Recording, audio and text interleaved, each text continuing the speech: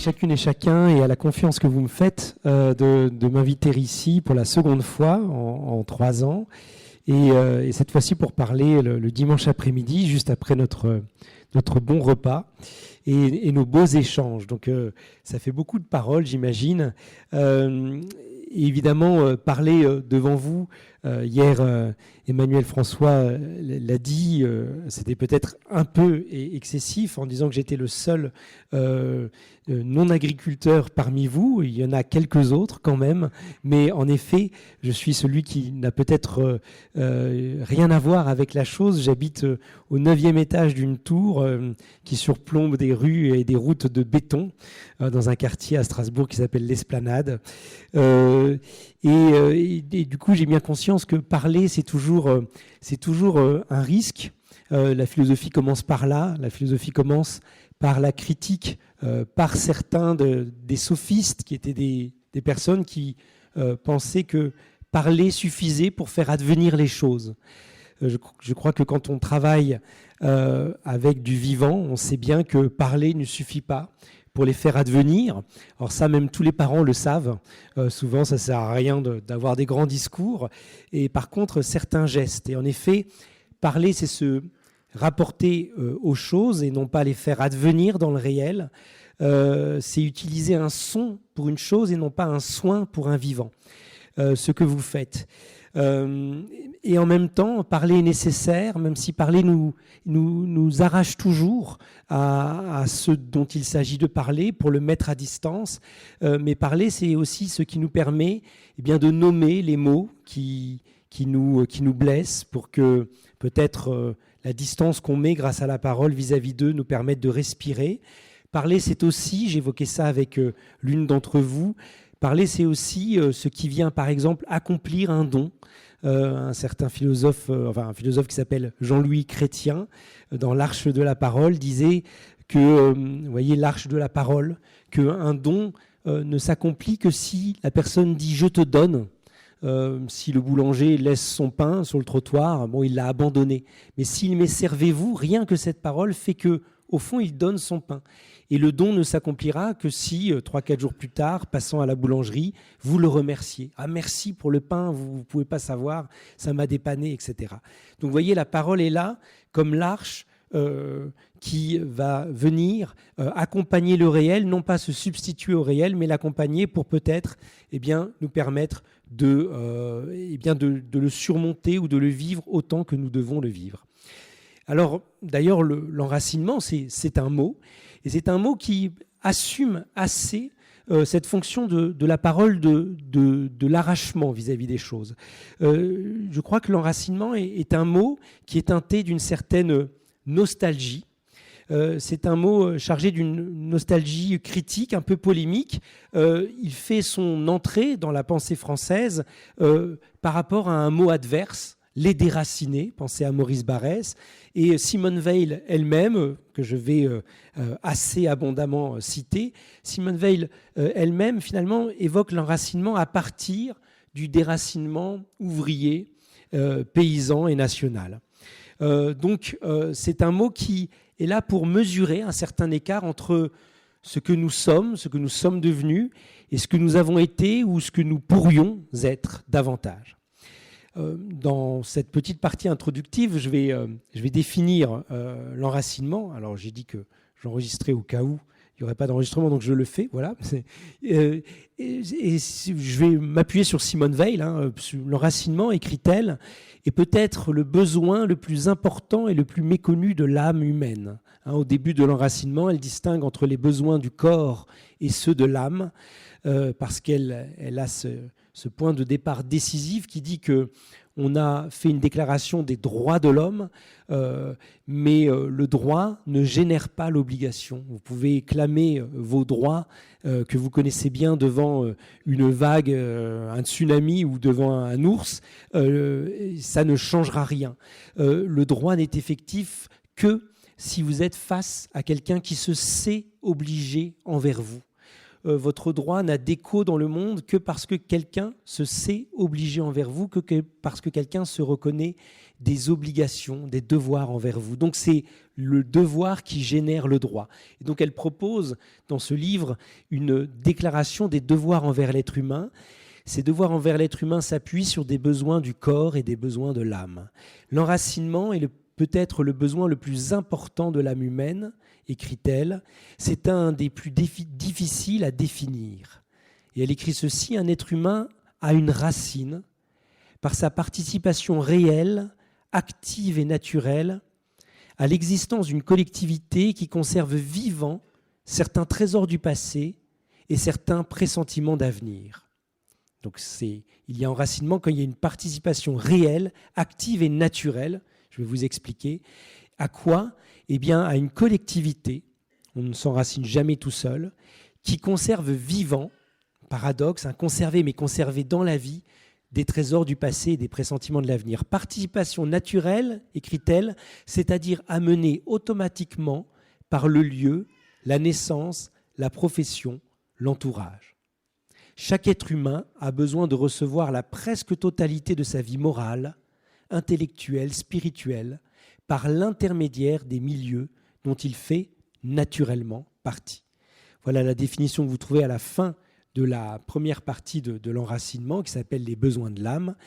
Ce qui est remarquable dans cette définition, ce que l'on va commencer par remarquer, c'est qu'il est question de participation naturelle, de quelque chose qui n'est pas forcé, de quelque chose qui est amené, dit-elle, automatiquement par le lieu, la naissance, etc. Il s'agit en réalité d'habitude. Dans une société qui a la bougeotte, on va beaucoup valoriser l'aventure, à tout va. L'habitude, c'est ce qui nous permet d'habiter le monde. Vous le savez sans doute. L'habitude est tout proche de ce mot qui est à la mode pour nous en ce temps de carême, qui est le mot de vertu. Qu'est-ce que c'est qu'une vertu pour Aristote? Eh bien, c'est une habitude heureuse. La vertu, ce n'est pas ce que vous découvrez tout à coup dans le feu de l'action. La vertu, c'est quelque chose qui vous vient, c'est un type d'action qui vous vient parce que vous avez pris de bons plis. C'est ça la vertu. C'est une disposition acquise, dit Aristote, une disposition acquise à force de. À force de se lever tôt le matin, vous êtes devenu matinal et c'est une vertu car ça structure votre vie. La vertu est une disposition de l'âme, c'est-à-dire une manière pour l'âme de regarder les choses de sorte qu'il est aisé de renoncer aux mobiles, à ce qui vous meut, aux mobiles immédiats, aux facilités. C'est ça une vertu, c'est une disposition de l'âme de sorte qu'on renonce sans trop d'efforts aux mobiles immédiats. Vous allez voir, elle parle de mobiles dans un instant. Pour préférer parmi tous les mobiles, ceux qui vous élèvent vraiment. Il y a deux types de déracinement, d'après Simone Weil. Un déracinement extérieur, par exemple une conquête militaire. Vous ne vous possédez plus, vous ne possédez plus vos mœurs, votre langue est interdite, etc. Ou vous êtes déporté.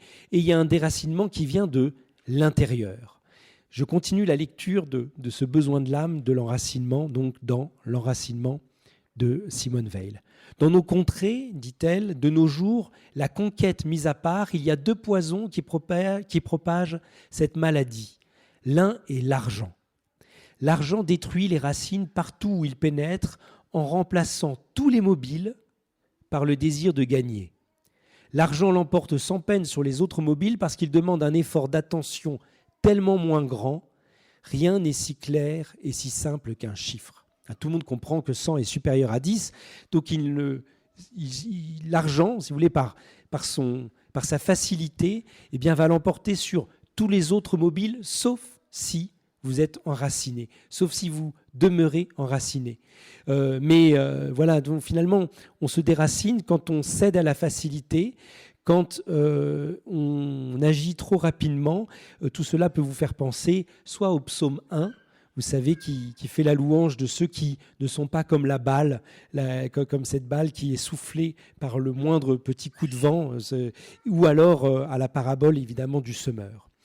Ça, c'est le premier déracinement de l'intérieur. Le second facteur de déracinement est l'instruction telle qu'elle est conçue aujourd'hui. Écrit Simone Weil. Je vous lis encore ce paragraphe parce que je le trouve d'une grande puissance. De nos jours, un homme peut appartenir au milieu dit cultivé, d'une part, sans avoir aucune conception concernant la destinée humaine, se demander mais qu'est-ce qui bat au fond de chaque cœur humain universellement, d'autre part, sans savoir, par exemple, que toutes les constellations ne sont pas visibles en toute saison.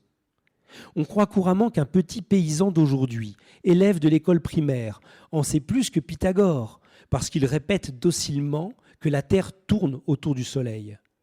Mais en fait, il ne regarde plus les étoiles. Ce Soleil dont on lui parle en classe n'a pour lui aucun rapport avec celui qu'il voit. On l'arrache à l'univers qui l'entoure, comme on arrache les petits Polynésiens à leur passé, en les forçant à répéter « Nos ancêtres les Gaulois avaient les cheveux blonds ».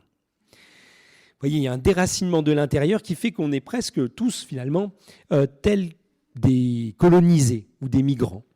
Ça m'a fait penser à un texte que j'ai vu cette année avec mes élèves. On a la science au programme. Je finirai et je conclurai sur la science d'ailleurs. Un texte fascinant de Edmund Husserl, qui est un phénoménologue du début du XXe siècle, qui a écrit un petit livre qui est assez compliqué dans sa lecture, mais la thèse en est simple, comme tout ce qui est beau. Le livre s'appelle « La Terre ne se meut pas », ou plutôt, le vrai titre en allemand, c'est « L'arche originaire Terre ne se meut pas ». Bon. Et la Terre ne se meut pas, alors qu'est-ce qu'il veut dire? Est-ce que c'est un platiste, quelqu'un qui remet en cause Copernic et Galilée? Pas du tout. Ce qu'il dit, Husserl, c'est que la vision galiléenne du monde, à partir de laquelle on va apprendre en effet que la Terre tourne autour du Soleil, a sans doute sa vérité. Mais dit-il, c'est une vérité seconde. C'est une vérité seconde, qui n'est pas une vérité secondaire, mais seconde par rapport à quelque chose de plus essentiel. Il dit, il y a un savoir qui est plus essentiel que de ce savoir satellite du Soleil, c'est le savoir de la Terre qui nous porte. Le savoir de la Terre qui nous porte. Parce que, dit Husserl, jamais nous n'aurions pu placer la stabilité dans le Soleil, ce qu'on a fait à partir de Copernic et Galilée, et que maintenant on tient pour admis, jamais on n'aurait pu placer la stabilité dans le Soleil si nous n'avions d'abord fait l'expérience, l'épreuve quotidienne de la stabilité sous nos pieds. C'est-à-dire le premier savoir, et qu'on n'a pas le droit de mépriser, c'est le savoir des êtres enracinés. Et après on peut faire ce geste génial sur le plan scientifique de dire, mais en fait la stabilité, le ciel ptoléméen, là, le ciel d'Aristote, en fait, non, j'ai un modèle meilleur, et c'est celui d'ailleurs de Platon. Il y a toujours eu moitié-moitié de géocentristes et d'héliocentristes, mais à la limite, faire ce geste de transférer la stabilité dans le Soleil, pour ça, il faut d'abord savoir ce que c'est qu'être sur une terre ferme, sur une terre stable. Et Husserl veut juste rappeler à la science, dans ses conquêtes, qu'elle ne peut pas mépriser la quotidienneté de notre expérience du monde. Et dans ce texte, voilà, les élèves, je leur disais, mais vous savez, c'est le rapport à la Terre. Mais je me suis dit, mais peut-être qu'ils n'ont pas beaucoup de rapport à la Terre. Il y a 10 ans, j'avais fait un sondage dans la classe, il y avait encore 7 ou 8 de mes élèves qui fréquentaient assez régulièrement des poules. 7 ou 8, mais j'ai déjà trouvé ça beaucoup. Bon. Mais sinon, et pour leur faire comprendre où nous en sommes, je leur ai évoqué le fait que ma grand-mère, Antoinette, a eu la vie sauve grâce à la clémence d'un SS qui l'a contrôlée dans le train. Et dans le train, on repérait ceux qui fuyaient la Moselle pour aller en France libre et qui ne comptaient pas revenir. Les Allemands les attrapaient parce qu'ils avaient tous un petit pot de confiture dans lequel ils avaient emporté un peu de terre. Et c'est le cas de ma mamie. Sa propre grand-mère lui avait dit « ne pars pas sans prendre de la terre du pays ». Et elle avait dans son pot de confiture, donc il a fouillé son sac, il a trouvé ça, il l'a regardé et il l'a laissé tranquille. Mais il avait deviné, et en fait c'était un moyen qu'ils avaient d'attraper ceux qui étaient en train de fuir, ceux qui avaient des faux papiers, etc. C'est qu'ils partaient avec un peu de terre. Donc vous voyez, alors j'ai raconté ça à mes étudiants, ils étaient étonnés en disant « mais à quoi ça sert d'apporter de la terre de son pays ?» Et pourtant, ils mesuraient que peut-être ils étaient éloignés de quelque chose qui était une saveur de ceux qui nous offrent stabilité, cette terre dont je vous parle. Bon, vous voyez, de nos jours, on parle de décrochage des élites, mais quand on voit le mal auquel elles se livrent, l'absence de soins et de considération des plus petits, et les orgies même, vous savez, auxquelles elles s'adonnent, il serait plus juste et plus simple de parler de déracinement des élites. Les élites, au fond, ont le luxe de porter le déracinement à son ultime conséquence, qui est une ultime horreur d'ailleurs. Elles n'ont plus rien à voir avec la terre qu'elles administrent, et donc elles vivent loin de tout, même d'un désir qui les relierait véritablement à l'autre. Et pour citer encore Simone Weil, elle appelait le principe d'Hermès le fait que des ordres opposés en fait communiquent. Et au fond, les élites ressemblent à ceux qui actuellement habitent le plus bas de notre échelle. Pensez aux migrants sur les mers, puis après parqués dans des gymnases ou sur des parkings. Ou pensez aux travailleurs qui extraient violemment du minerai.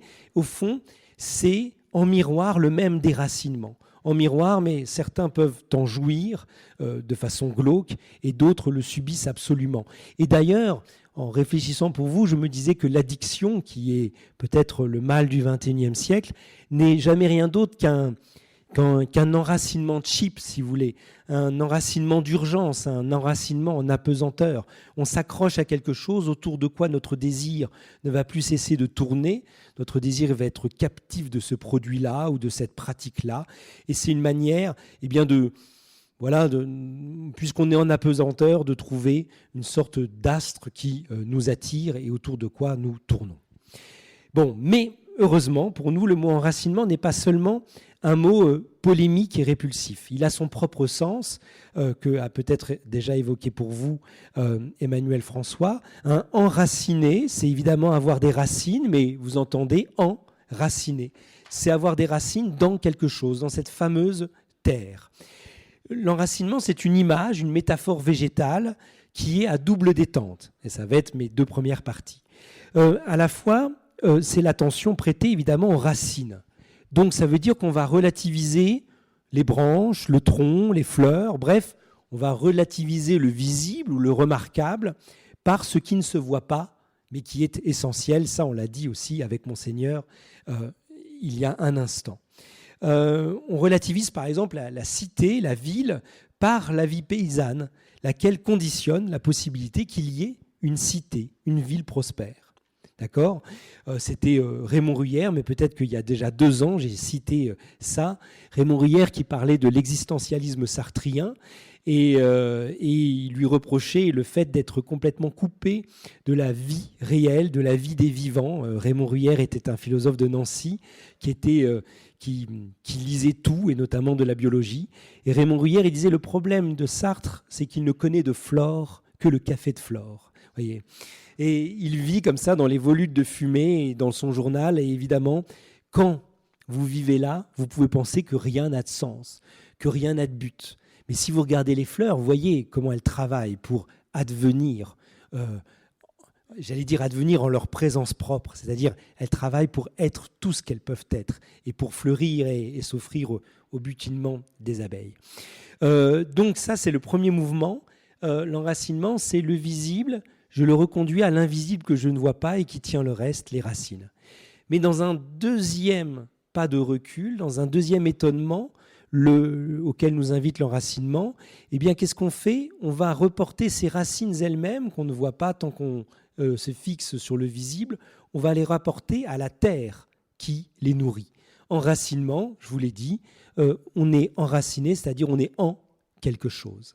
On est en quelque chose. Un peu le slogan de l'agriculture biologique qui dit « Feed the soil, not the plant », nourrissez le sol, pas la plante. On verra ce que ça peut vouloir dire. Mais voilà, cette attention qui est du coup doublement reportée.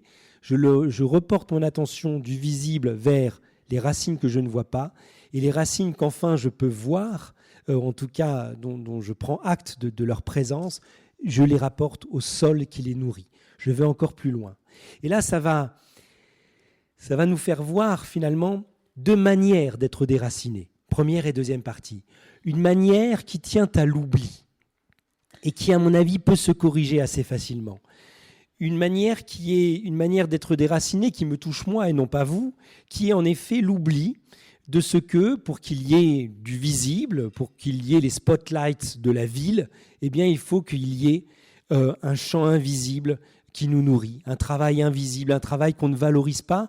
Et ça, c'est le déraciné urbain, urbain trop urbain, comme on pourrait dire. Nietzsche, il a écrit un livre qui s'appelle Humain trop humain. Eh bien, on pourrait dire urbain trop urbain. L'urbain peut oublier, par mépris ou par méprise, par ignorance, parce qu'il est pris dans son rythme propre, eh bien, il peut oublier que la cité, laissée à elle-même, est improductive. Et donc, c'est un premier niveau de déracinement que je vais évoquer avec vous et qui va nous donner le sens véritable de l'enracinement au sens vélien. Enfin, en tout cas, le sens vélien de l'enracinement, vous allez comprendre pourquoi. Ça, c'est le premier temps. Dans un deuxième temps, quand on passe finalement non pas du lien de la plante à ses racines, mais des racines au sol, on va s'attaquer à un déracinement qui est peut-être plus profond, qui ne tient pas à un oubli, l'oubli par la ville de la campagne, mais qui tient à un contresens peut-être que nous faisons tous. Et là, le déracinement, il est peut-être plus universel qu'on ne le pense. Il y a peut-être, en raison d'un contresens, une guerre qu'on laisse faire à l'intériorité. À l'intériorité, c'est peut-être pas simplement qu'on a tendance à oublier ce qui nous conditionne, comme l'homme de la ville va oublier qu'il doit sa vie à la terre. On peut oublier ça sur notre macadam, sur nos rollers, sur notre portable. On peut oublier tout ça. Mais finalement, on y est assez vite ramené.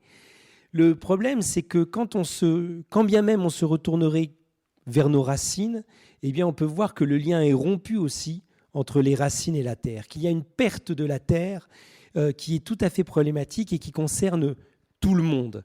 Nietzsche disait « le désert croît », c'est-à-dire augmente. Et il disait ça au XIXe siècle et bien avant ces grandes tempêtes de poussière qui, dans les années 30, ces tornades de poussière envahissaient les villes américaines parce qu'ils avaient dévasté, désertifié leur propre sol par une agriculture intensive. Et on se posera donc dans un deuxième temps la question de ce déracinement plus profond qui est, comme je vous l'ai dit, une guerre qu'on laisse faire à tout type d'intériorité. D'accord ? Et enfin, dans un troisième moment conclusif, eh bien, je regarde depuis combien de temps je parle déjà, mais j'aimerais bien évoquer avec vous les formes d'enracinement qui s'ouvrent devant nous. Donc d'abord, première partie, de la fleur aux racines, on pourrait dire ça comme ça, ou des branches aux racines, de la tige aux racines, enfin, vraiment revenir par un acte de conscience à ce qui nous conditionne. Ça, c'est passionnant en philosophie. On sait bien que la condition s'absente dans ce qu'elle rend possible. La condition s'absente dans ce qu'elle rend possible. Vous voyez, la lumière qui nous éclaire favorablement, eh bien, la lumière comme telle n'est pas visible.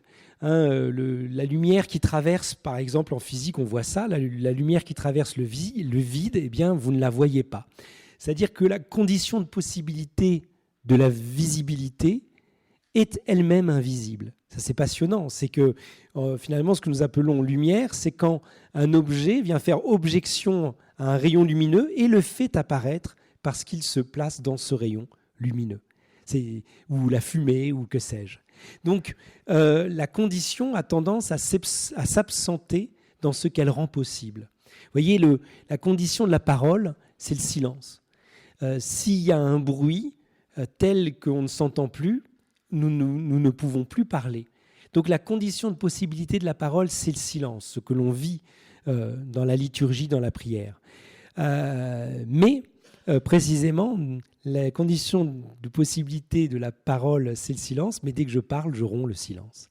Eh bien, au fond, la vie paysanne, elle se tient dans cette condition de possibilité que l'on va naturellement avoir tendance à oublier.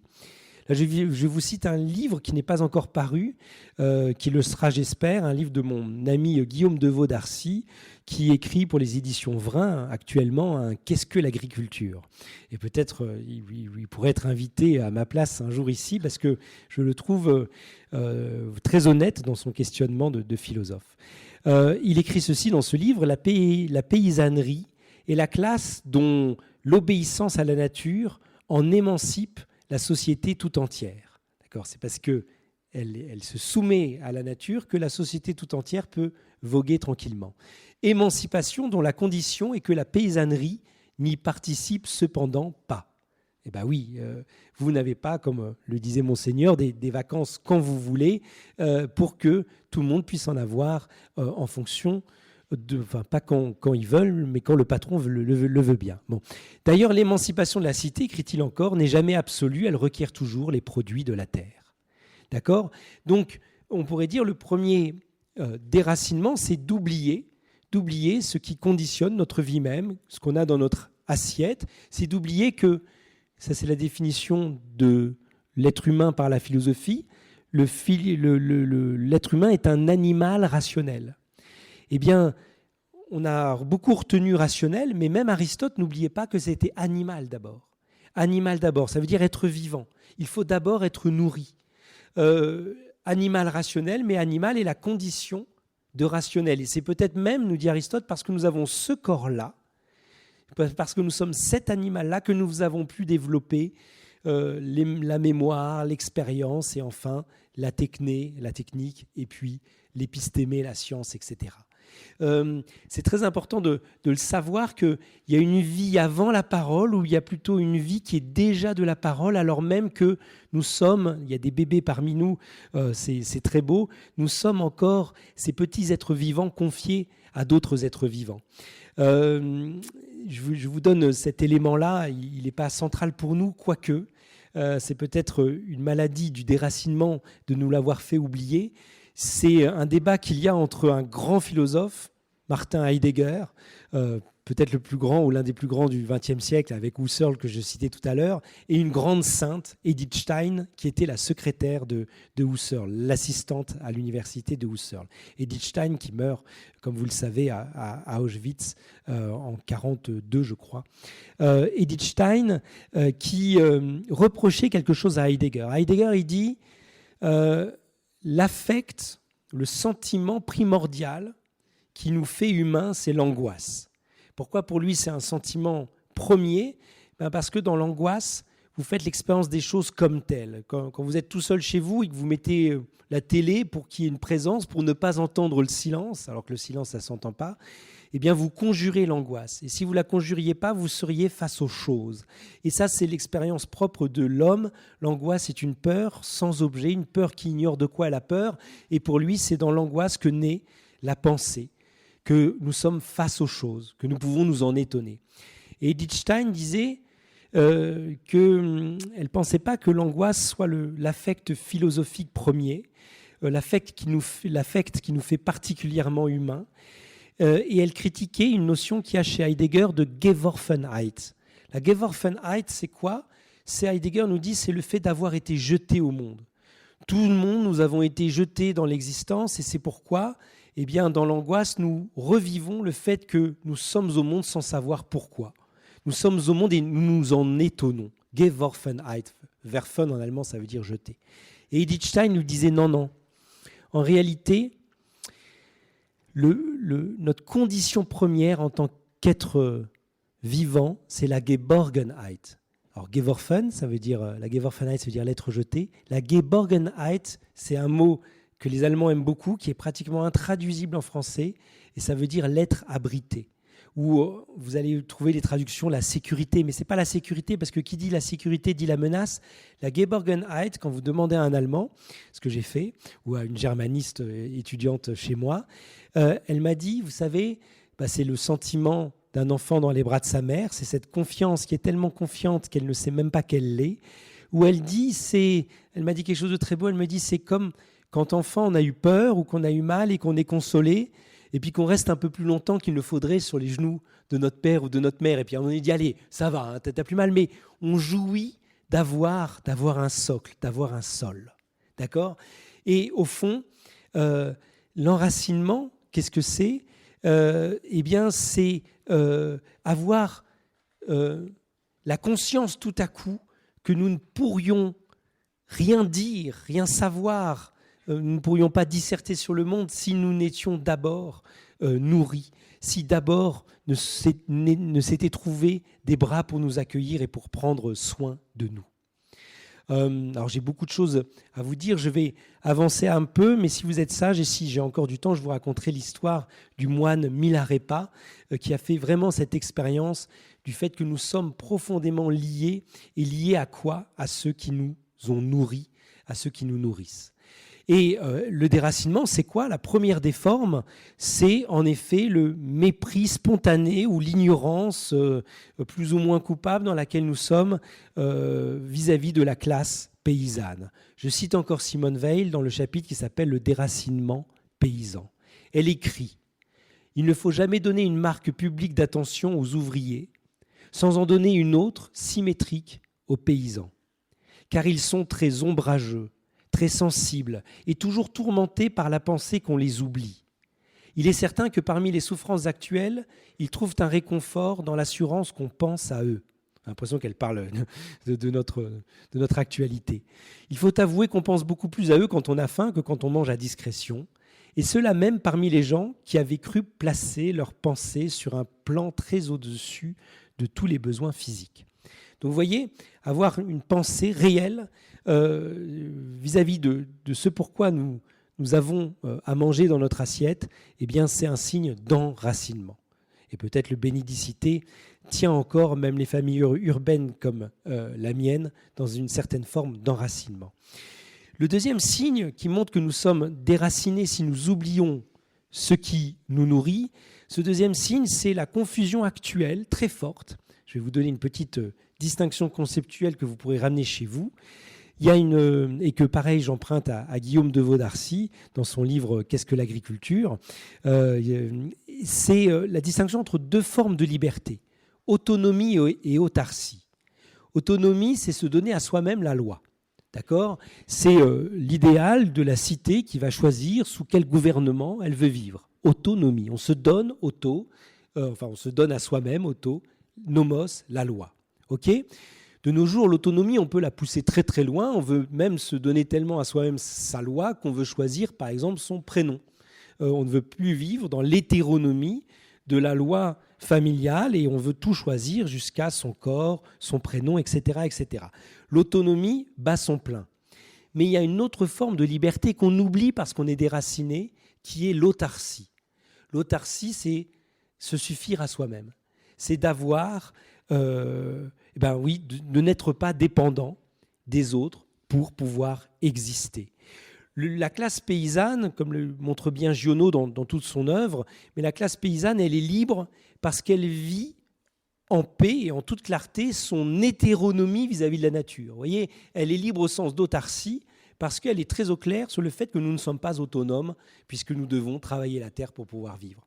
Au contraire, parfois, le citoyen de la cité, lui, il oublie même que l'autarcie est importante, il est dans l'autonomie, il veut vivre selon sa propre loi, ce qui en soi n'est absolument pas mauvais, mais ça peut aller jusqu'à l'inverse du paysan. Si le paysan il est libre parce qu'il vit en paix son hétéronomie, eh bien là, le citoyen, lui, il va être soumis à une liberté qui va toujours vouloir être plus grande, plus forte, et alors même qu'elle est dépendante souvent du regard des autres citadins ou des autres citoyens.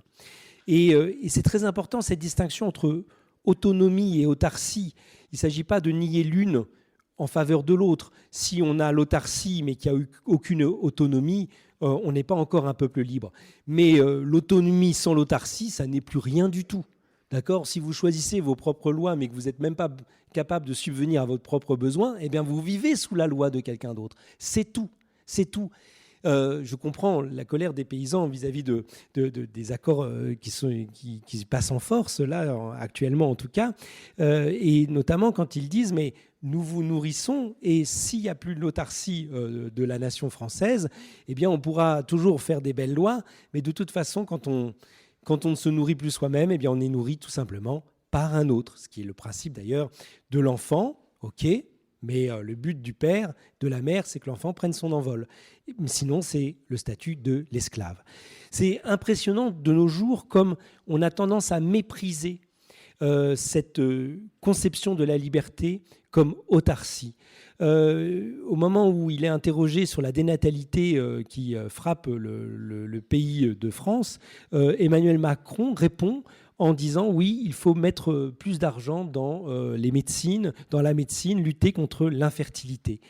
Et au fond, pourquoi pas, mais c'est une réponse qui, moi, spontanément, je dirais, mais oui, il y a une crise de l'espérance, il y a peut-être aussi une difficulté de s'engager de nos jours, il y a des conditions matérielles, notamment, en effet, quand vous avez 3 enfants en ville, ça devient très, très compliqué, très, très, très cher, etc. Mais je n'aurais pas forcément parlé du fait même si c'est des vrais problèmes d'infécondité, mais mis ça en premier, et même, je crois même exclusivement, en tout cas dans la réponse qu'il avait faite. Et au fond, vous voyez, le risque, c'est toujours le risque de nos jours, et de plus en plus fort, c'est d'externaliser nos propres capacités. D'externaliser nos propres capacités, au fond, demander à la médecine de me faire père ou mère. J'externalise mes propres capacités. Au moment, et je ne vais pas évoquer ça avec vous, mais au moment du vaccin ARN messager, c'est vrai que tous ceux qui le critiquaient, dont le père Nguyen, qui est venu parler ici il y a 2 ans, la même journée que moi, eh bien, étaient suspectés d'être obscurantistes, alors qu'il s'agissait juste de dire, et quand vous lisez les articles scientifiques, de dire que ça n'est pas exactement un vaccin comme les autres, puisque c'est une reprogrammation cellulaire, alors que le vaccin classique consiste d'ailleurs à l'autarcie, c'est-à-dire à inoculer une dose assez faible du virus, de telle sorte que les cellules gagnent en robustesse, c'est-à-dire en autarcie, savent se défendre par elles-mêmes, d'elles-mêmes. Voilà. Et puis je pourrais développer ça trop longtemps sur le fait que l'autarcie est une valeur faible, alors que là encore, je crois qu'on ne l'aperçoit pas parce que c'est une valeur conditionnante et qui nous donne la robustesse. Et sans la robustesse, je vous dis, après, on peut être dans l'autonomie, on peut être dans la réflexion, créer des lois qui nous ressemblent de plus en plus. Mais si c'est un autre qui nous nourrit, eh bien, nous sommes comme le chien et non pas comme le loup dans la célèbre fable. Voilà. Ça me permet, dans un deuxième temps, par rapport à cette première partie, de bien fixer ce que c'est que l'enracinement selon Simone Weil. Au fond, ce que je vous ai dit dans un premier temps, c'est qu'on ne peut croître qu'en se recevant de plus loin que soi, qu'en recevant de plus loin que soi. Et c'est ça que nous rappelle le fait que nous ayons des racines. Et d'ailleurs, au fond, les feuilles sont quoi ? sont des racines du ciel, puisqu'elles viennent aussi, à leur manière, capter l'énergie solaire et la transformer. Et finalement, l'enracinement, c'est seulement élucider cet acte d'exister parce que je me reçois de plus loin que moi. J'existe comme fleur, et je peux fleurir, et que parce qu'il y a en moi quelque chose qui est occupé à capter, à recevoir. Être enraciné, c'est se savoir joyeusement conditionné. Joyeusement, c'est savoir qu'on dépend joyeusement de quelque chose d'autre que soi pour exister. Et cette dépendance est une dépendance extrêmement riche parce que... pardon.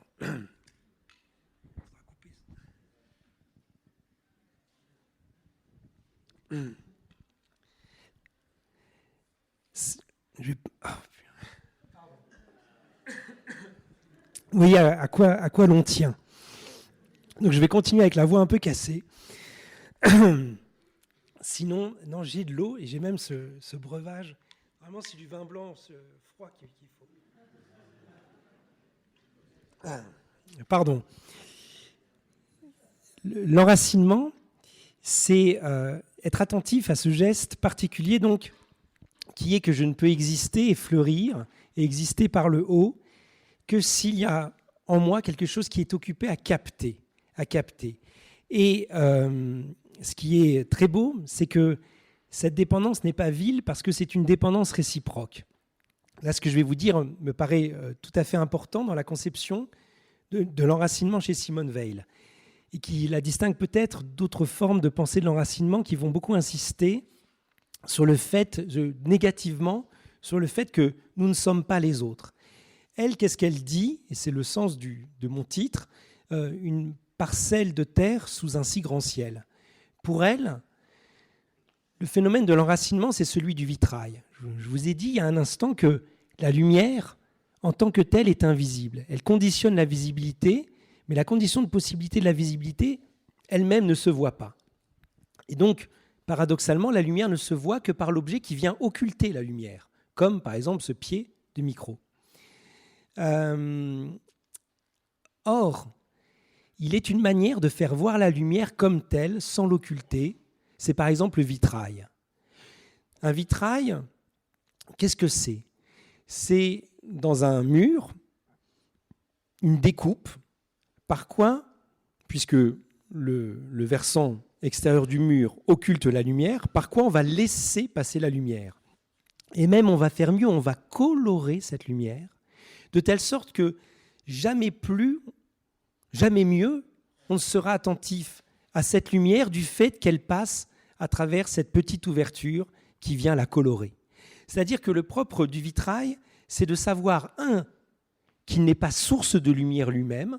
En pleine nuit, vous ne savez même pas ce qu'il y a sur ce vitrail. Le propre du vitrail, c'est de n'être pas la source lumineuse, donc de savoir qu'il reçoit sa lumière de plus loin que lui.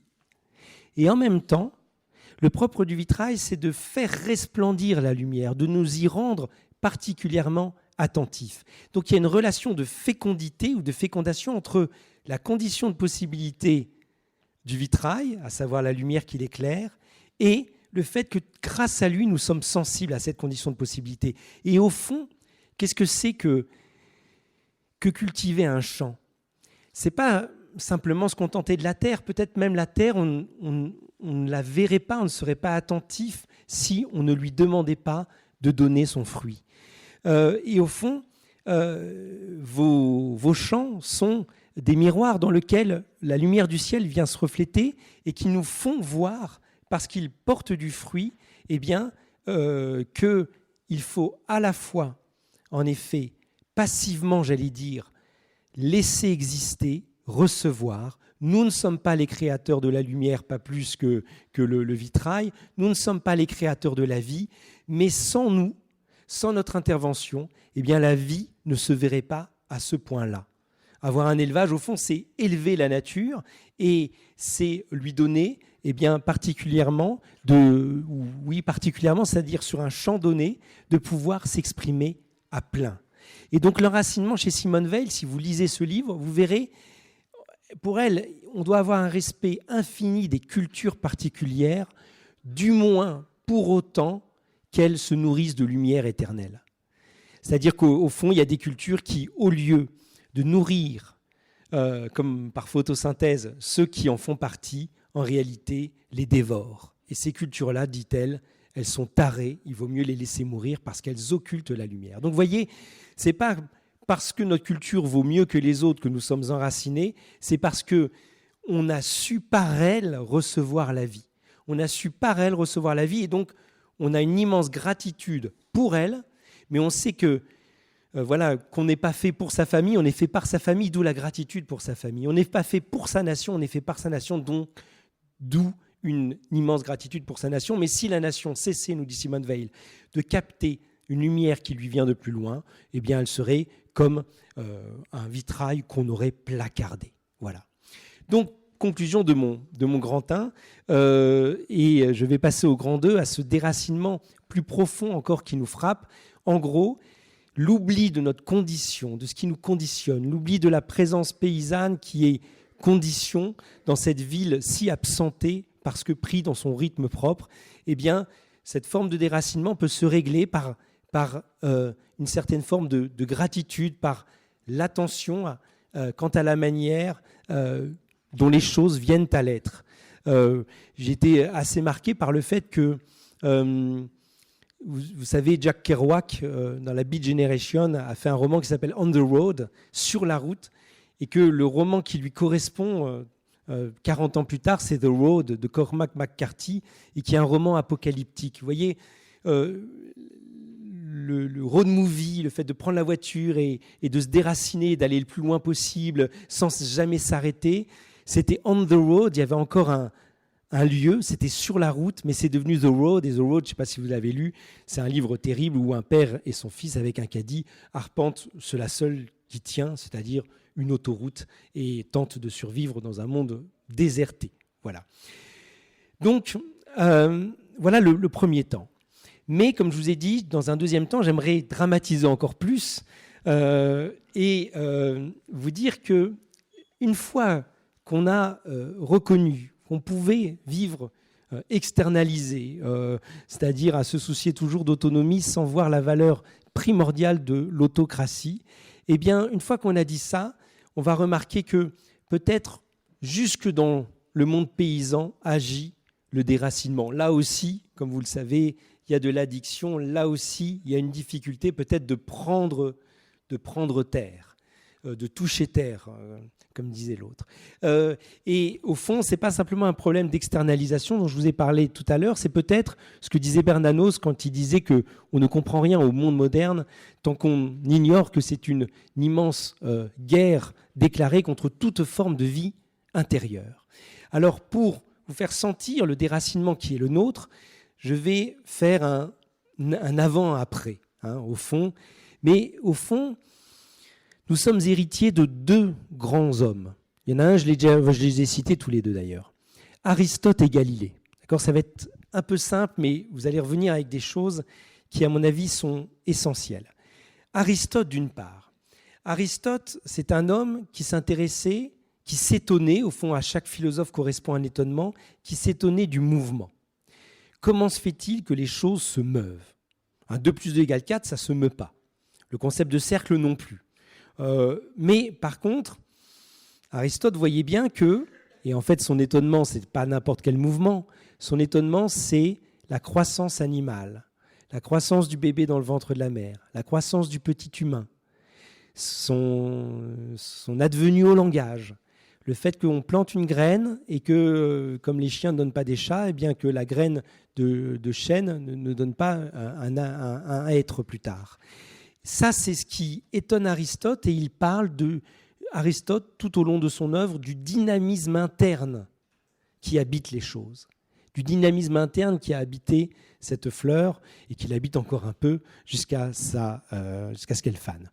Et ce dynamisme interne, c'est ce qu'il appelle le mouvement. Il appelle ça aussi le passage de la puissance, de la potentialité à l'actualisation. La graine est un arbre potentiel.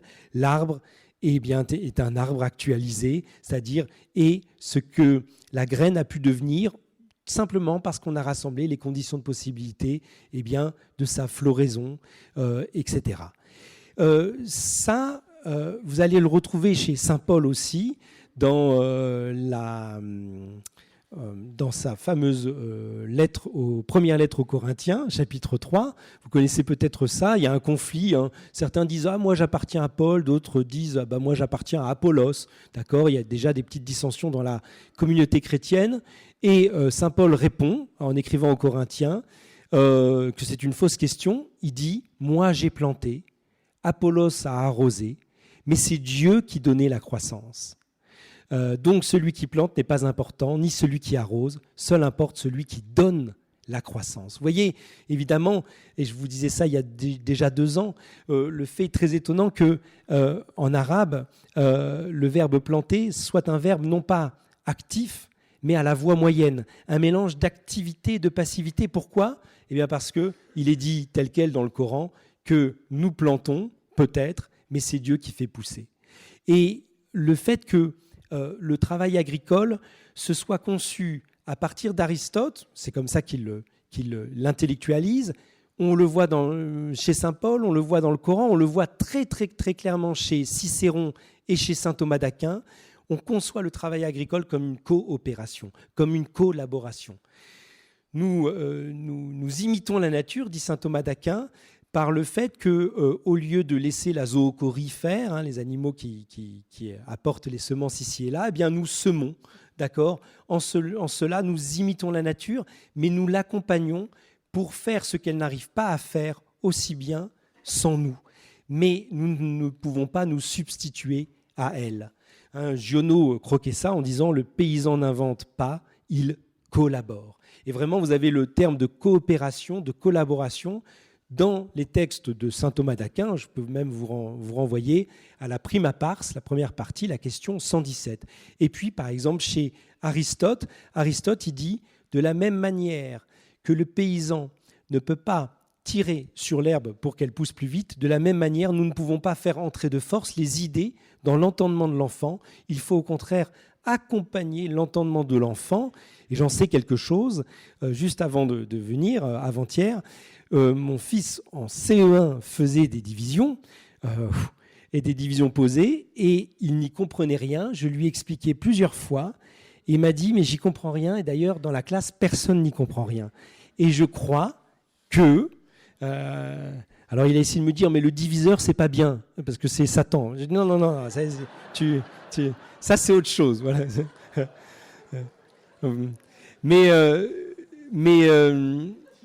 Et vous voyez, il y a eu pendant longtemps, j'ai envie de dire, cette conscience et cette connaissance du fait qu'il y a une temporalité propre de ce que je travaille, de ce avec quoi je travaille, collaboration. Puis on a changé de paradigme. L'autre grand penseur, c'est Galilée. C'est aussi un penseur du mouvement. C'est aussi un penseur du mouvement, sauf que Galilée, ce n'est pas le même mouvement. Ce qui intéresse chez Galilée, c'est la chute, par exemple, son premier grand coup de génie, car c'est un génie, c'est la chute uniformément accélérée des choses dans le vide. Lui, ce qui l'intéresse, c'est le mouvement des choses inanimées. Et puis, on aura ça avec Newton, Kepler, l'attraction, les manières dont les choses inanimées se meuvent les unes par rapport aux autres. Et là, en fait, il faut deux yeux pour voir. Le problème, c'est que je pense que pendant très longtemps, on n'a vu qu'avec un seul œil. Parce que Galilée était un tempérament très fort et il méprisait, je pense, un peu Aristote. Il méprisait Aristote parce qu'Aristote, évidemment, pour lui, il dit il y a un mouvement finalisé dans les choses, il y a un dynamisme intérieur et toute seule, pourvu que vous ne l'empêchez pas, eh bien, tout seul, le petit homme apprend à parler par imitation. Et toute seule, la graine devient ce qu'elle peut devenir. Pour peu que, en effet, il y a des accidents, il y a un suspense, c'est une activité libre et donc risquée, mais il y a une activité propre au vivant que nous devons seulement et le mieux possible accompagner, et que nous devons accompagner. D'accord ? Et ils sont tous d'accord là-dessus. Avec Galilée, on va s'intéresser à la manière dont les choses sont mues de l'extérieur. Ça, c'est très important. Les choses sont mues de l'extérieur, et même, Galilée va dire, la seule chose qui correspond à une connaissance scientifique, c'est-à-dire à une connaissance tout court, eh bien, c'est la mesurabilité, c'est ce qui est mesurable dans la chose. L'objet n'est connu qu'en tant qu'il est mesurable, et vous allez vous retrouver avec des formules mathématiques qui sont géniales, parce qu'il y a un haut degré de prédictibilité, ça c'est important, je vais vous dire pourquoi, mais on se retrouve avec des formules, je ne sais pas, U est égal R fois I. Ok, très bien. Où est passée la chose ? Où est passée la chose dans son dynamisme propre ? Où est passée la chose dans sa temporalité propre quand on pense que connaître, c'est pouvoir annuler le temps, puisque connaître, c'est pouvoir prédire. C'est-à-dire, c'est le déterminisme, les conditions étant réunies, un phénomène ne peut pas ne pas se produire. Finalement, peu importe le temps. Quelqu'un qui travaille avec du vivant, il sait que le temps n'est pas une donnée qu'on peut rayer comme ça. Quelqu'un qui travaille avec du vivant sait bien que il n'y a pas de loi absolument universelle. Il y a des choses qui marchent, il y a des choses qui marchent généralement, mais il n'y a jamais quelque chose qui marche universellement. Ça, c'est très bien pour la science des objets inanimés, pour le mouvement tel que nous le subissons de l'extérieur. C'est-à-dire, si par exemple je dis à n'importe qui d'entre vous d'aller auprès de la statue là-bas de la Vierge, eh bien au fond, je ne peux pas prévoir absolument votre mouvement. Pied gauche d'abord, pied droit, à gauche de l'arbre, à droite de l'arbre. Je ne peux pas le prévoir absolument. Par contre, si on vous jette de la tour du 58e étage, on peut prévoir absolument que vous allez chuter avec une vitesse uniformément accélérée puisque la densité de votre corps fera que les frottements seront tenus pour nuls. Bon, donc vous voyez, quand vous êtes un corps inanimé, on peut vous prévoir, on peut vous calculer, comme disent les jeunes. Ouais, bon. Quand vous êtes un vivant, il il y a toujours une marge d'imprécision parce que le vivant travaille pour accomplir sa forme propre et que cet accomplissement va lui demander de l'invention, va lui demander une négociation continuelle avec son milieu et d'ailleurs une négociation réciproque. Au fond, le monde de la science moderne, le deuxième grand génie de ce monde-là, c'est Descartes. Descartes, c'est quand même fou parce qu'il dit « je pense, donc je suis ». C'est le cogito, d'accord, très bien. Et Descartes dit « c'est ce qui fait de moi un être pensant ». Pour le reste, en tant que je suis un corps, je suis un être seulement mécanique, seulement mécanique. Et tous les êtres vivants et tous les animaux sont des mécanismes, c'est-à-dire des êtres qui n'ont pas d'intériorité. Avec Descartes, il y a un rétrécissement du champ de l'intériorité au seul être humain. Au seul être humain. Il n'y a que lui qui a un mélange d'âme et de corps, et il n'y a que lui qui a un corps riche d'une intériorité. Mais tout le reste, c'est quoi ? Tout le reste a un rapport d'extériorité à soi-même, puisque tous les animaux ne sont jamais que des mécanismes. Et au fond, alors, on a vite fait de faire une objection en disant « mais vous rigolez, une machine ne s'auto-répare pas, par exemple. Bon, une machine, etc. » Mais il suffisait d'attendre la cybernétique. La cybernétique nous a dit « oui, en réalité, machine, c'est trop vulgaire, nous sommes des robots, c'est-à-dire nous sommes des machines qui avons des capteurs, qui sommes capables de transformer le monde extérieur en autant de données que nous traitons. » Et au fond, ça, c'est quelque part notre monde, et c'est un monde qui, en agriculture, a pu donner ce que disait Jean-Baptiste Say à propos des plantes. Il disait, mais finalement, que ce soit le vent dehors. Le vent, vous savez, c'est une force, c'est un mouvement purement extérieur à lui-même, le vent. Et le génie de l'homme a inventé le moulin, c'est-à-dire une manière de faire travailler ce vent qui, en général, était plutôt là pour déplacer ses récoltes, pour faire n'importe quoi. Eh bien, on va le faire travailler, le vent. Magnifique. Eh bien, au fond, dans la nature, il y a bien des forces pures. Il y a bien des forces sans forme. Et puis, il y a des forces qui sont prises dans une forme, comme les vivants. Au fond, l'agriculture, à partir du 19e siècle, va être conçue comme la physique, c'est-à-dire comme la manipulation de choses qui sont des forces pures. Avec la chimie des végétaux, on a même l'impression qu'à un moment donné, nous ne sommes plus que l'entrecroisement de différentes lois, qui fait que notre substance, notre réalité, pour parler simplement, est réduite à peau de chagrin. Nous sommes presque plus rien que les lois qui nous déterminent. Et au fond, nous sommes à la confluence de toutes ces lois. Nous n'avons plus rien d'intérieur, plus rien d'intérieur. Vous mettez les lois sociologiques ou les lois de la psychologie de Freud, et nous ne sommes jamais plus que des pulsions. Vous voyez, ça pousse, ça me pousse à l'extérieur. À l'intérieur de moi, il y a le plus extérieur. Je suis un être creux. Et en agriculture, en effet, vous avez très vite un discours qui va penser le végétal lui-même comme un moyen en vue d'une fin. Alors que si on revient à Aristote, eh bien, moyen et fin se tiennent toujours main dans la main. Au fond, le but, enfin, le moyen de la fleur, c'est sa croissance, mais qu'est-ce que c'est qu'une fleur si ce n'est cet être qui croît de cette façon ? Moyen et fin se tiennent la main.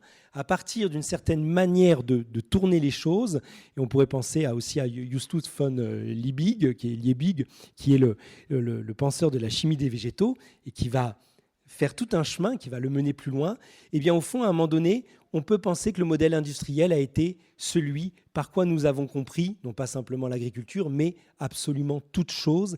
Et je vous dis, c'est vraiment une perte de l'intériorité même. Qu'est-ce qu'on fait ? On considère qu'il n'y a plus de forme, il n'y a plus que des matières absolument maîtrisées, enfin, des matières pour nourrir. Ancionas, j'ai conseillé ce livre-là, vous le trouvez à la librairie, dans le principe responsabilité, lui parle de violence vis-à-vis de la nature, mais si on définit la violence, comme j'aime bien le faire, comme un rapport sans relation, vous voyez, vous frappez quelqu'un, ou même vous le cambriolez, vous êtes chez lui, rapport sans relation, vous n'êtes pas invité, eh bien si la violence est un rapport sans relation, en un certain sens, nous avons vis-à-vis de la nature des rapports sans relation, et qui fait que même on a pu imaginer abstraire la nature de son lieu propre. Je vous cite von Liebig, dans Chemistry in its application to agriculture, le temps viendra où les champs seront fumés par une solution de verre, silicate de potasse, mêlée aux cendres de paille brûlée et de sel d'acide phosphorique préparé dans les usines chimiques, exactement de la même façon que l'on donne aujourd'hui des médicaments pour la fièvre ou le goitre. Et l'analogie se poursuit en disant, mais finalement, puisque la nature est un ensemble de forces aveugles, il suffit de savoir les maîtriser pour obtenir ce que nous voulons. Et là, vous avez la ferme hors sol. Il me reste pas beaucoup de temps. Un quart d'heure, c'est ça pour le... Voilà. Très bien. Je vous remercie de votre patience et j'en viens à ma troisième partie, qui est justement repenser l'enracinement, sachant que on a peut-être fait un petit contresens sur ce que c'était que la nature, comme ensemble de forces aveugles. Il y a des forces aveugles dans la nature. La dernière fois, je regardais l'eau, l'Ille, c'est le fleuve qui passe par Strasbourg, et je voyais à la fois dans l'eau des feuilles d'arbres, c'est-à-dire des choses qui œuvrent pour maintenir leur forme, même décrochée de l'arbre. La feuille, on voit bien qu'elle a une forme, et je voyais des pures forces, puisque les feuilles étaient emportées dans les courants du fleuve. Et donc il y a bien, en effet, une physique nécessaire, une physique des forces, qui nous invite à penser le monde sur le mode de l'extériorité, mais il y a aussi un tribut que nous devons payer à l'intériorité des choses. Et pour reconquérir l'intériorité des choses, eh bien, c'est peut-être, en effet, penser une civilisation qui ne fasse pas abstraction de la vie agricole. Je vous donne la définition que donne Guillaume de Vaudarcy dans son livre « Qu'est-ce que l'agriculture ?» L'activité, dit-il, dans laquelle l'homme coopère avec la nature extérieure pour développer un environnement favorable à la croissance des vivants, dont l'homme peut tirer des produits qui lui sont directement ou indirectement utiles. On va reconquérir l'intériorité en faisant monde et aussi en faisant terre. Là, je vous passe finalement tout ce que j'aurais pu vous dire sur une agriculture bien plus consciente que le modèle strictement physique ne suffit pas. Le modèle physique ne suffit pas, et d'ailleurs, le modèle physique, c'est un modèle, je n'ai pas pu rentrer là-dedans, mais la grande invention de Galilée, c'est le principe d'inertie, c'est-à-dire qu'un mobile étant lancé, il continuera sa route en mouvement rectiligne uniforme, sauf si un autre mobile vient l'en détourner. Et c'est le mouvement rectiligne uniforme. Et de nos jours, on pense à nouveau, comme nous invite à penser Aristote la nature, la plante, dit-il, dans son dynamisme interne, elle croît, elle atteint la perfection de son être, et ce faisant, elle décroît. Et sa décroissance permet la croissance d'autres êtres vivants. Vous connaissez ça, le mouvement The Organic Movement, avec Albert Howard, qui pense la loi du retour. Alors, pour conclure, et peut-être laisser la place à une demi-question, ou peut-être pas du tout, mais pour laisser la place à vos propres pensées, pour conclure, l'idéal est évidemment un idéal d'amitié retrouvée, qui n'est pas un idéal flower power, au sens où, évidemment, la fleur, le blé, la nature a son dynamisme propre, et c'est un dialogue qui peut être un dialogue de sourds. Vous savez bien que le végétal pousse parfois sans savoir s'arrêter au bon moment. Donc, évidemment, mais un dialogue quand même, un dialogue qui peut s'instituer, et en même temps, j'aimerais finir en ouvrant et en parlant aussi d'une dernière forme de déracinement qui consiste à refuser qu'on en soit là où nous en sommes actuellement. C'est-à-dire à juger, par exemple, tous ceux qui ont participé à ce grand projet après-guerre de nourrir coûte que coûte la nation française. Au fond, de nos jours, je le vois bien à plein de niveaux, il peut y avoir des chocs de génération. Et ce que je voulais vous dire pour conclure, c'est que l'enracinement est notre tâche, plantés que nous sommes dans l'époque qui est la nôtre. Et je vais vous dire pourquoi, en finissant, c'est une époque qui, à mon avis, est passionnante. Mais déjà, une manière de ne pas juger cette époque ou de ne pas simplement en désespérer, c'est de savoir, comme le dit Phèdre dans la pièce de Racine, que notre mal nous vient de plus loin. Notre mal nous vient de plus loin. Nous, on a un truc génial, les catholiques, les chrétiens, c'est le péché originel. Le péché originel, ça évite d'accuser les autres. Ça évite d'accuser les autres. Le mal nous vient de plus loin, même la Genèse. Le deuxième récit de la Genèse, c'est dans un jardin. Quand vous voyez les jardins, ce qu'ils pompaient d'énergie, ce qu'ils réclamaient d'esclaves pour exister, à l'époque où a été écrit la Genèse, c'est peut-être pas idéal écologiquement, et même humainement, et même politiquement. Et peut-être, vous voyez, il fallait que le serpent passât en dessous de la palissade pour dire qu'il y a un séjour, il y a un autre séjour qui nous attend, et que de toute façon, le paradis nous est interdit. Nous devons avancer. Ce qui est intéressant, moi je vous conseille la lecture par exemple de James C. Scott, ou d'aller voir des vidéos de lui, par exemple dans un livre qui s'appelle Homo Domesticus, et je crois qu'en anglais c'est traduit par Domus tout simplement. En anglais c'est traduit par Against the Grain, contre le grain, et où il montre que l'agriculture a un rapport à la naissance des États, etc. Et qu'il se peut que, vous voyez, l'instinct de contrôle nous vienne aussi bien en amont de nous, ou bien en amont des décisions qui ont été prises ces quelques années. Notre terre, c'est une terre promise, ou peut-être qu'on peut se dire qu'il y a une terre que l'on peut habiter dès maintenant, c'est la promesse qui nous réunit. La terre promise, c'est aussi la promesse comme cette terre où finalement nous pouvons dès maintenant nous enraciner, et pour penser ensemble, pour tâtonner ensemble et trouver ensemble ce qui nous permettra, dans des habitudes meilleures, d'habiter mieux le monde. Et vraiment avec une immense humilité. Parfois, le mal vient d'un remède. Vous voyez, je pense que la dénatalité, par exemple, vient du fait que l'enfant est devenu un projet, et non pas ce projectile qui nous vient de plus loin, qui vient bouleverser notre vie. Et un enfant projet, en effet, c'est comme une mort projet, une mort par euthanasie. L'idée de projet, sans doute, vient faire que nos vies sont moins riches, moins denses, moins données. Et en même temps, oui, mais à l'époque où seulement un enfant sur deux survivait à ses 5 ans, eh bien l'enfant n'était pas du tout un projet, et mais toute notre vie était soumise au terrible destin de la mortalité infantile. Donc vous voyez, ne pas se dire que cette époque, c'est la nôtre. Je vais même vous citer, si je la retrouve, sinon je vous l'épargnerai. Je pourrais même, je vais pas vous la citer, sinon j'allais vous citer une citation horrible, quoique très très pertinente, de Karl Marx, qui dit qu'au fond, nous ne pouvons jamais résoudre que les problèmes dont nous avons les solutions. Et ça, c'est plein d'espérance, parce que peut-être que nous mesurons quels sont les enjeux, mais si nous pouvons mesurer quels sont les enjeux, c'est parce que actuellement se lèvent les moyens de les résoudre.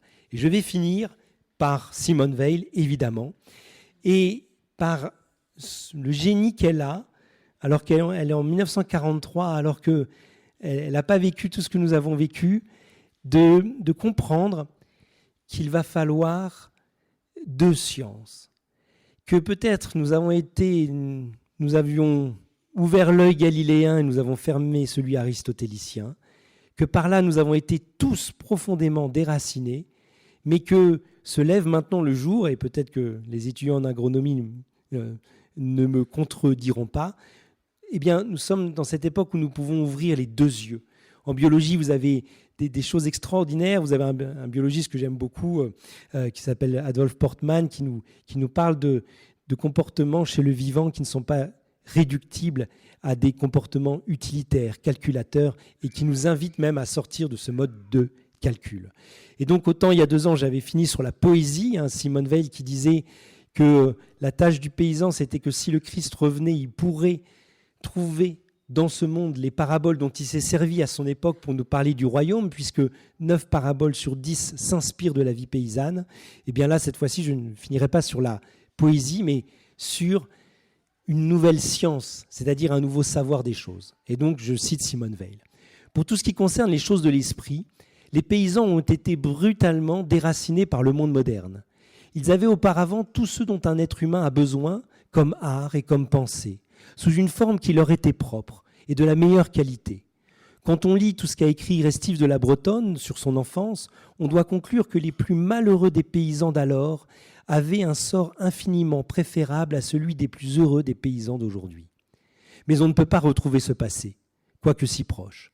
Il faut inventer des méthodes pour empêcher que les paysans restent étrangers à la culture d'esprit qui leur est offerte. La science, écrit-elle encore, doit être présentée aux paysans et aux ouvriers de manière très différente. Pour les ouvriers, il est naturel que tout soit dominé par la mécanique. Galilée. Pour les paysans, tout devrait avoir pour centre le merveilleux circuit par lequel l'énergie solaire, descendue dans les plantes, fixée par la chlorophylle, concentrée dans les graines et les fruits, entre dans l'homme qui mange ou boit, passe dans ses muscles et se dépense pour l'aménagement de la terre. Ce grand cycle. Tout ce qui se rapporte à la science peut être disposé autour de ce circuit, car la notion d'énergie est au centre de tout. Et pour elle, énergie, Esprit Saint, c'est la même chose. La pensée de ce circuit, si elle pénétrait dans l'esprit des paysans, envelopperait leur travail de poésie. D'une manière générale, toute instruction dans les villages devrait avoir pour objet essentiel d'augmenter la sensibilité à la beauté du monde, à la beauté de la nature. Merci de votre attention.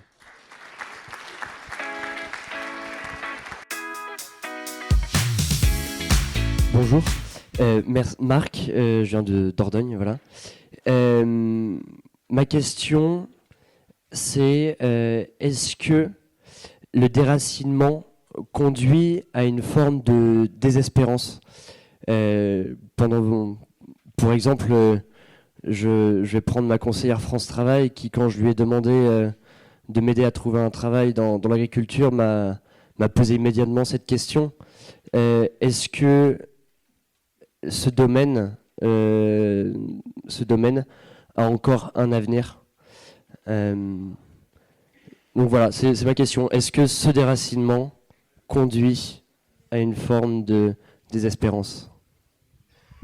Merci beaucoup. Ouais, et vous liez très justement le sens de l'avenir avec l'espérance. Récemment, un prêtre de Strasbourg m'a dit que les 3 vertus théologales, il les comprenait comme ça. Il disait la foi, c'est par rapport aux promesses du passé, elles ont vraiment été faites et elles ont été faites pour être tenues. L'espérance, c'est par rapport à l'avenir. Cet avenir qui nous déborde, qui par définition ne nous appartient pas, eh bien, est plus riche que ce que nous le pensons. Et cette confiance par rapport au passé et à l'avenir libère le temps pour la charité. C'est maintenant. Et en effet, donc l'espérance a rapport à l'avenir, et que si on n'a plus d'avenir, je ne sais même pas comment on peut aimer si on n'a plus cette confiance dans l'avenir. Et donc, oui, c'est sûr que c'est intéressant ce que vous dites, parce que vous dites aussi que finalement, dans l'enracinement, on a perpétuellement sous les yeux une terre qui se renouvelle. Alors on pourrait dire en circuit, mais on sait bien, là encore, que vous voyez, autant l'objet dans le monde galiléen, c'est peu importe lequel, c'est comme dans le problème de mathématiques, vous avez un éléphant, vous avez une pente et tout, mais peu importe l'éléphant, c'est juste un exemple, après on l'enlève. Eh bien, au contraire, si à chaque fois que ça pousse, eh bien à chaque fois c'est à la fois le même, mais c'est nouveau. C'est nouveau. Et la nature, en se renouvelant, eh bien, nous apporte à chaque fois, et chaque printemps, on a l'impression que c'est une nouvelle, aussi paradoxal que ça puisse être, une nouvelle première fois. Et donc, pour vous répondre, en effet, je crois que l'avenir a besoin de sentir que les choses adviennent de façon absolument nouvelle et en même temps de façon absolument assurée, absolument régulière. C'est intéressant que le no future, par exemple, le non-futur des punks, se soit né à Manchester, Liverpool, vous voyez, plutôt au cœur des cités ouvrières. Et que, bizarrement, alors qu'on pourrait dire, mais là, il y a beaucoup plus d'exaltation, il y a beaucoup plus d'innovation en industrie qu'eux, eh bien, finalement, le sens de l'avenir est quelque chose qui demeure attaché au mode de vie agricole. Ouais. En tout cas, tant qu'il peut s'enraciner.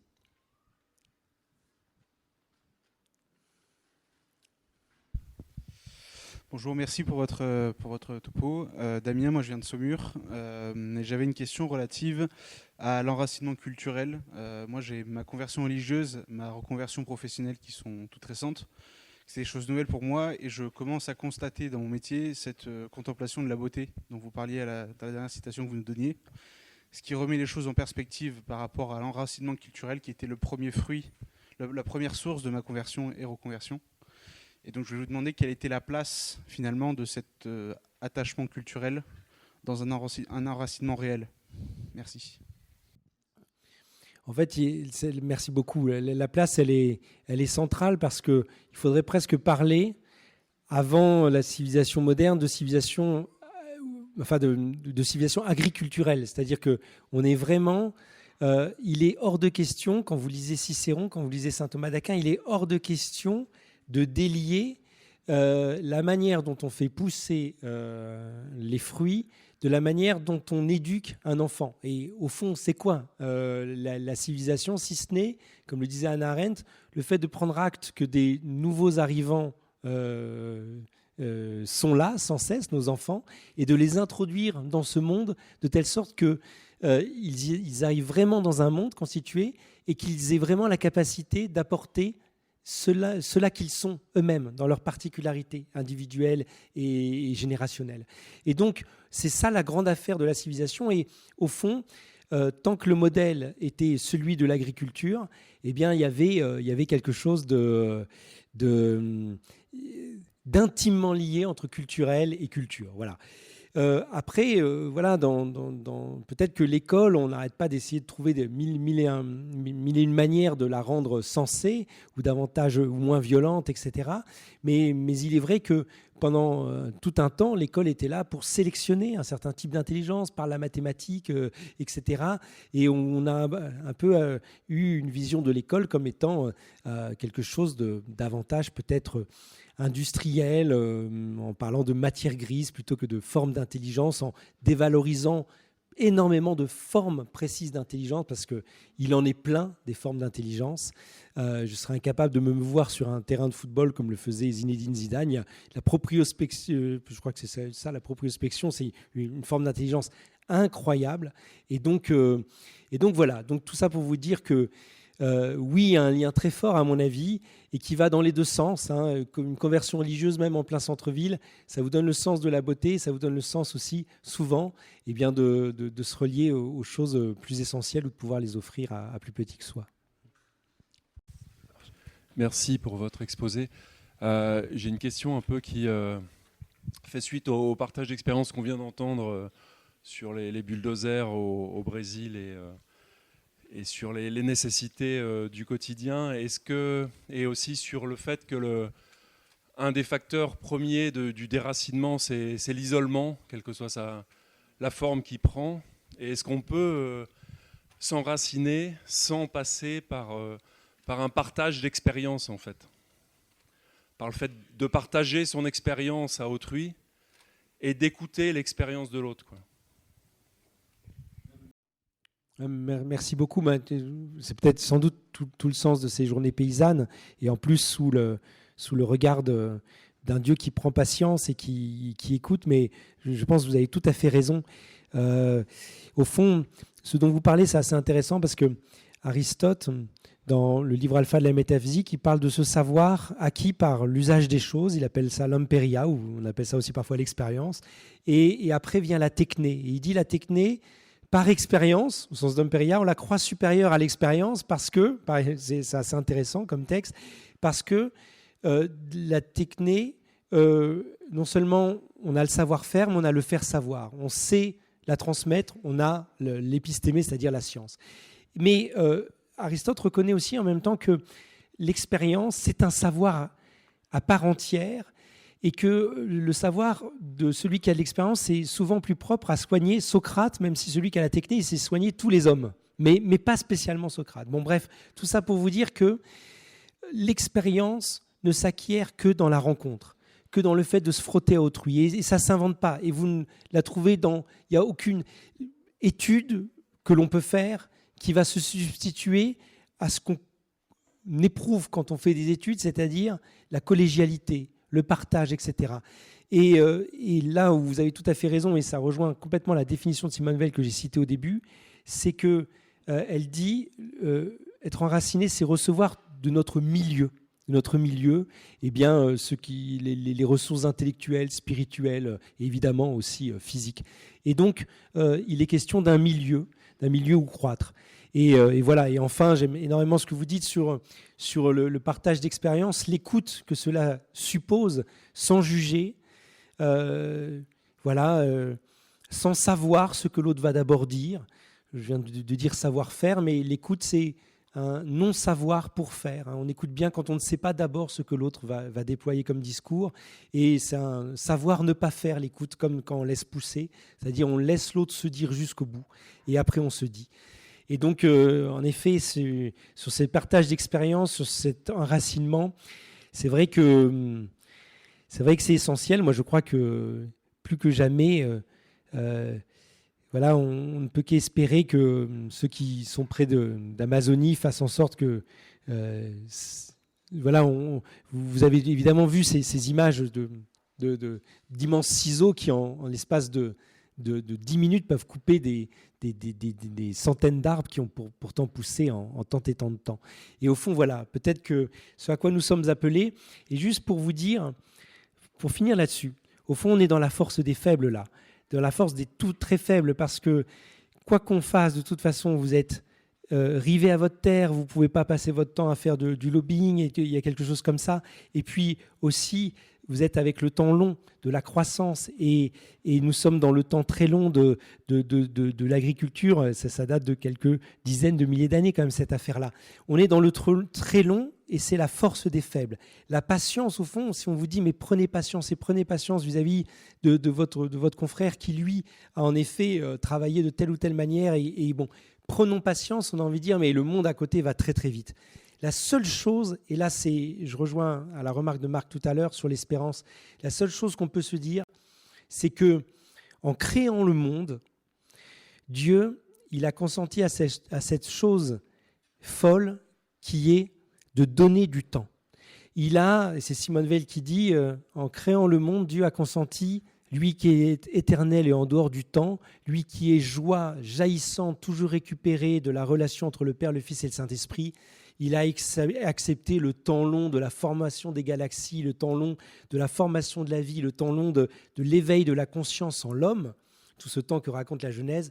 Il a consenti au temps, et ce temps infiniment plus long encore, le temps que met le pécheur à se retourner vers son Créateur pour lui demander pardon.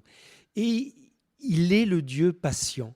Et au fond, quand vous êtes patient, vous pouvez dire « je fais partie du côté des outsiders et des losers », et pourtant je suis du côté de Dieu, donc j'ai déjà gagné.